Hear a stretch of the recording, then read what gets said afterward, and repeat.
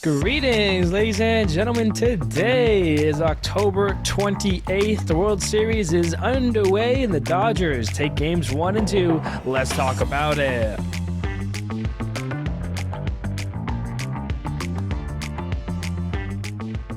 Hello, everybody. My name is Steven. This is the middle of the order. How are we doing today? It is Monday, the beginning of the week. The last week of October and the last week of the 2024 baseball season. Regardless of outcomes, the season would end no later than Saturday. This is it. The final week is here. And saying it out loud kind of makes it seem a little bit more real, but it still doesn't seem like it is. However, by this time next week, we're talking about club options and free agency and all this other stuff. So pretty crazy, the season we've had here for the 2024 season, but we aren't done yet. Of course, the main stage, the final two teams, it is the World Series. We're talking about it. Games 1 and 2 were played this past weekend, Friday and Saturday. Dodgers and Yankees. The Dodgers come away with the 2 wins. A huge first 2 games for the Dodgers, of course. I want to talk about it, so let's dive right on in. Game 1, of course, the Dodgers recognized Fernando Valenzuela, who passed away this past week. They had his, 34 behind the mound. We got to see that for the first 2 games. And if the Dodgers don't finish the series off in New York, I'm assuming we'll see it for the last 2 games as well if needed. But game 1, you got Garrett Cole and Jack Flaherty on the bump. The pitching looked good. A couple of nervous stuff from, I think, Flaherty early on here. Cole looked great. The runs started coming in the bottom of the 5th. It's a Will Smith sac fly. But the very next inning, top of the 6th, Giancarlo Stanton does it again. He is just the home run guy. A 2-run shot puts the Yankees up in front. The bullpen looked really good for New York up until the 8th. Some damage there. Mookie, a sac fly that ties the game up at 2. And that means game 1, you're getting some extra innings here. Volpe would force a ground out. A run would score. Dodgers getting out on the play, but at this point it doesn't matter because the Yankees just need 3 outs to win this game. Unfortunately, things go, I would say, I don't know what I want to say here, the word, but it goes away from the Yankees here. Will Smith, he flies out, 1 out. Okay, you're feeling good. Gavin Lux, he walks. Tommy Edman singles. That allows Lux to second. Things are looking good. All of a sudden, you got 2 on, 1 out. Dodgers are feeling themselves. In comes Nestor Cortez, and I think that was kind of a mistake. Shohei Ohtani, he flies out to left field on 1 pitch. A nice catch by Verdugo, but him running into foul territory allows Taylor to get to third, Edman to get to second. So now you got the tying run at third, the go-ahead run, or the winning run at second. They walk Mookie to get to Freeman.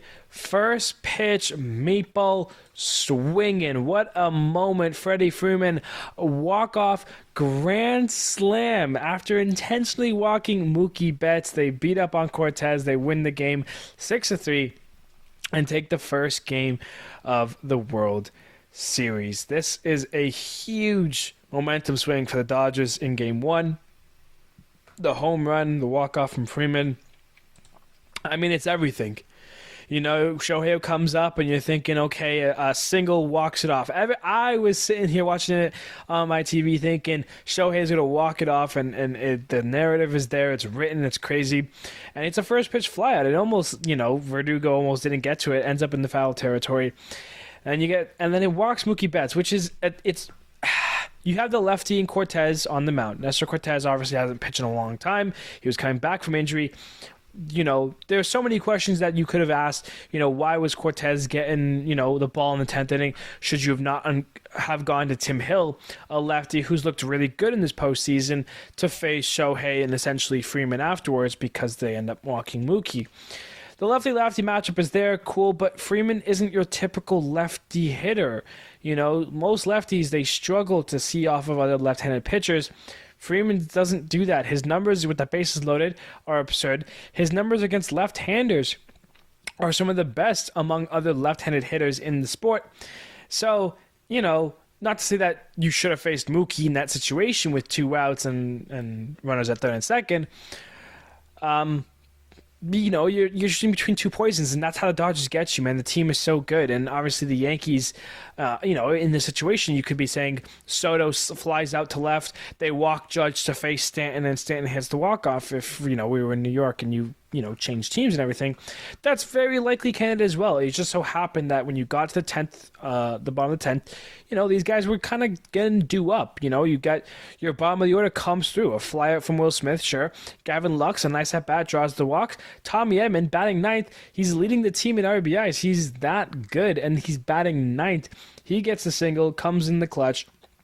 That kind of stuff, when your 7, 8, 9 hitters can kind of come through, help you out. When you flip the table over to the top to go get to Shohei and Mookie and Freeman, it's, a tough decisions for Boone. And unfortunately, in this first game, he made the wrong ones, and it pays. So Yankees fall short in game 1, and we head now to game 2. And it's much more of the same here. With the Dodgers getting things started, it's Tommy Edman. What a hero he's turning into this postseason. He hits a solo shot in the bottom of the second against Rodon. The Dodgers get an early 1-0 lead, but it doesn't stay like that for long. Very next inning, top of the third, it is Juan Soto who gets the solo shot to tie it right back up for New York. Things are looking good, but we head now to the bottom of the third, the same inning. Mookie Betts singles. How about Teoscar Hernandez, his 3rd home run of the postseason, a 2-run shot, gets the lead right back for the Dodgers. And coming off his walk-off grand slam from last night, Freddie Freeman says, "I'll do it again." Goes back-to-back with Teoscar Hernandez. Those 2 those 2 home runs, one a 2-run shot, one a solo shot, pretty much ends Rodon's night right then and there. He did get through the 3rd inning before getting pulled in the 4th, but still, how about it? Tommy Edman then doubles because he's been that good and that kind of player in this postseason. The game would be bullpens from there. Pitching was great from Yamamoto. It was Yamamoto versus Rodon in this game.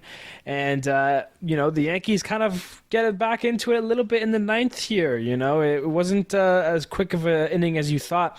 With Soto leading off, he singles, Judge strikes out, then Stanton singles. That allows Soto to score 4-2. And then how about Jazz comes through with a clutch single, only 1 out still. You got 2 on. A home run puts you guys up. Rizzo gets hit by the pitch. That loads the bases with 1 out. The Yankees had a real nice opportunity here. Anthony Volpe, he strikes out swinging. And Jose Trevino gets the pinch hit nod. First pitch swinging, flies out to center. The Yankees leave the bases loaded, and they fall short in game 2 once again. 4-2 the final. The Dodgers take the first 2 games of the series. That is how we're going at it so far.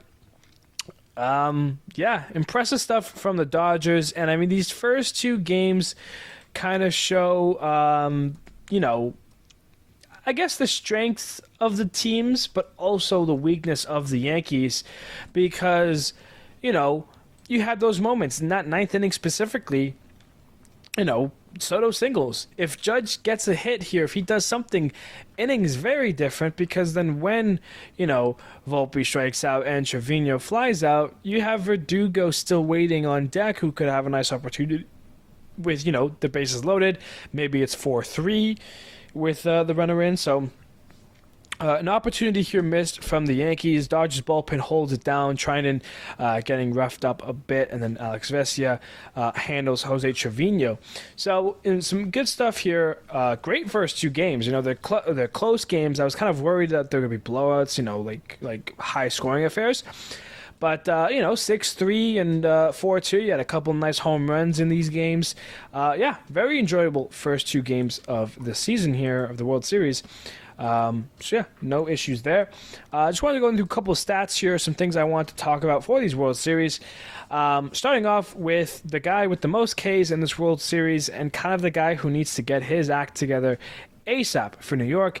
Aaron Judge in these two games went 1 for 9 with 6 strikeouts. He leads both teams here fighting for the World Series with strikeouts.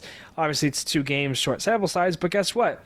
Up to 5 games left. Regardless, there could only be 2 more games left if the Dodgers win these 2.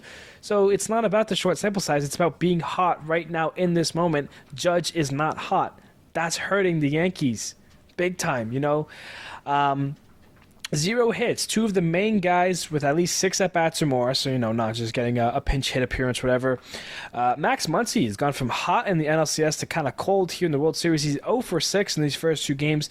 He struck out 3 times. And then Anthony Volpe was 0 for 8, 4 strikeouts. Of course, one of those being the one with the bases loaded in the 9th. Really could have made the difference for New York. Instead, strikes out 0 for 8, not doing good. So those 3 hitters, definitely on the colder end of things, needs to figure it out. But how about the hot hitters? So far in the first 2 games, we got 5 players with 3 or more hits. Of course, Freddie Freeman has been phenomenal. 3 for 9, a triple and 2 home runs, 5 RBIs and 2 runs. Right now, I guess the favorite for the World Series MVP. Tommy Edman right behind him, the NLCS MVP for the Dodgers. 4 for 8, 2 doubles, a home run, an RBI, and 2 runs. Teoscar Hernandez, what I tell you, 3 for 8, a home run, 2 RBIs, and a run. Juan Soto, 3 for 7, a home run, an RBI, and 3 runs. And then how about Jazz Chisholm? 3 for 9 in this series so far. No major hits or anything, but still, you need that to kind of happen for you guys to kind of come around. Jazz needs to start getting some hits here. In the postseason, he has 8 hits. He's 8 for 43. Not great, but, those 3 hits. 5 for 40, and then now it's a good stretch for Jazz here. Good first 2 games. You just want to see that continue and, get into better positions here. But it's cool because, I said in the episode on Friday, 2 guys to watch. My X factors when it came to the hitters, Teoscar and Jazz, and they both had really nice first 2 games here. So I'm pretty happy with the way that one comes out. When you take a look at the starting pitching, I would say that there was 2 good starts, 1 okay start, and 1 not okay start. Yamamoto definitely had the best start in this series yesterday, but in game 2 on Saturday, he went 6 1/3, went into the 7th inning, only allowed 1 hit. Of course, that 1 hit was a Juan Soto home run that leads his ERA to 1. Did walk 2 batters, but struck out 4. A very nice start for Yamamoto, definitely needed it.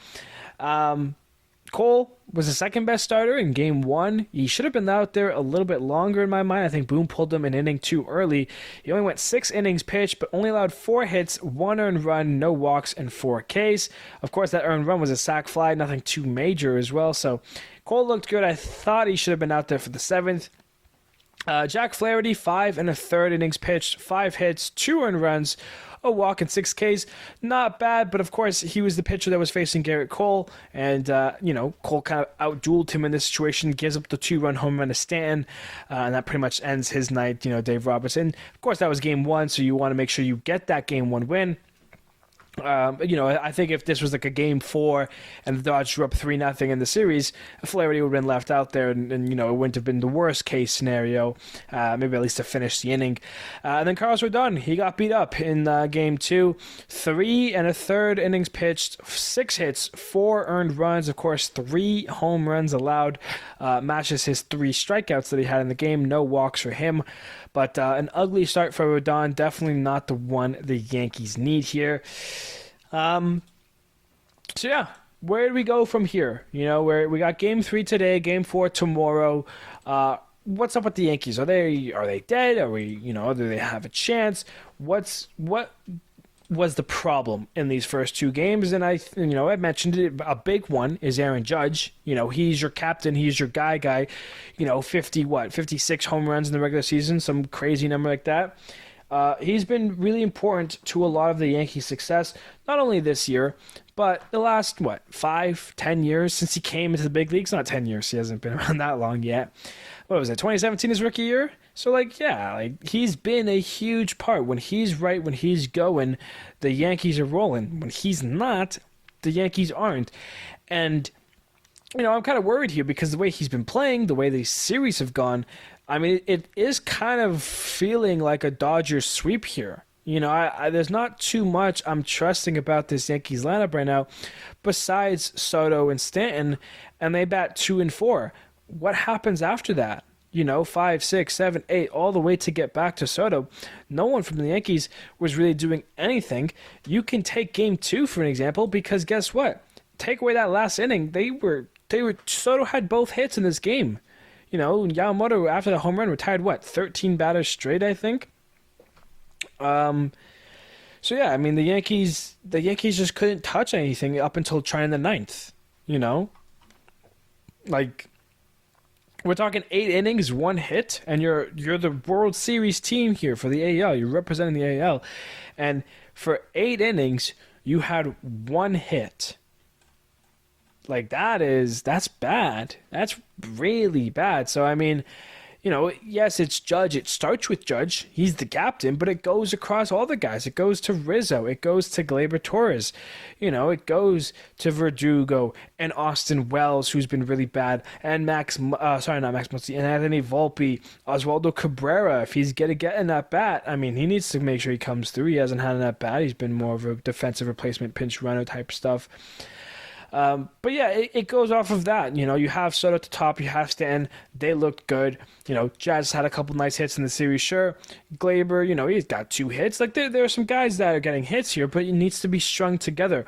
The Dodgers are able to string their hitters together in a really nice way, where it's like, okay, Ohtani, walks, maybe he gets a hit, then you have Mookie, then you have Freeman and Teoscar, and you're going off this nice kind of string of hitters that are all playing really well, and that it's not an easy out. And I think that's the issue, is that right now, I feel like a lot of these Yankees hitters are easy outs. They don't have any confidence in them. They have no, grit that they want to go out there and take a game.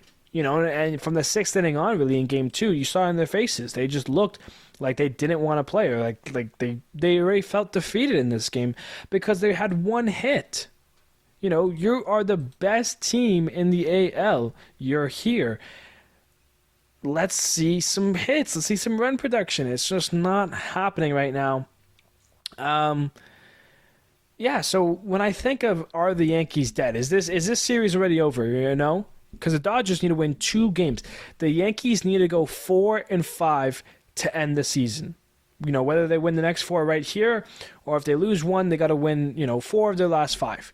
Can the Yankees win their last 4 of 5? When I put it into that perspective, no, they really can't.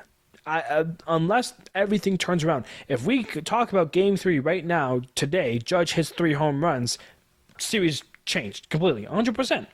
But if we're going out here and, now the Dodgers are hitting first. If, first pitch home run from Ohtani, what does that mean for the Yankees in Game 3 here? They need to get through that. The bullpen for New York, it had its issues. I'm not saying it isn't, but neither has the Dodgers bullpen. I mean, you go off of ERAs here. The guys with the 10 ERA pluses is Carlos Rodon, Jake Cousins, and Nestor Cortez, of course, who gave up, the walked Mookie essentially and the home run there. Only got the 1 out there. But I mean, Blake Treinen's the only Dodger pitcher that's been hit besides the starters. The entire bullpen, everything that the Dodgers have rolled out, they've been flawless, shutting everything down. Anthony Banda, Brusdar Graterol, healthy, has been doing well. Michael Kopech, great. Alex Vesia, great. Those are the 4 guys the Dodgers have to use out of their bullpen, all of which have done really well.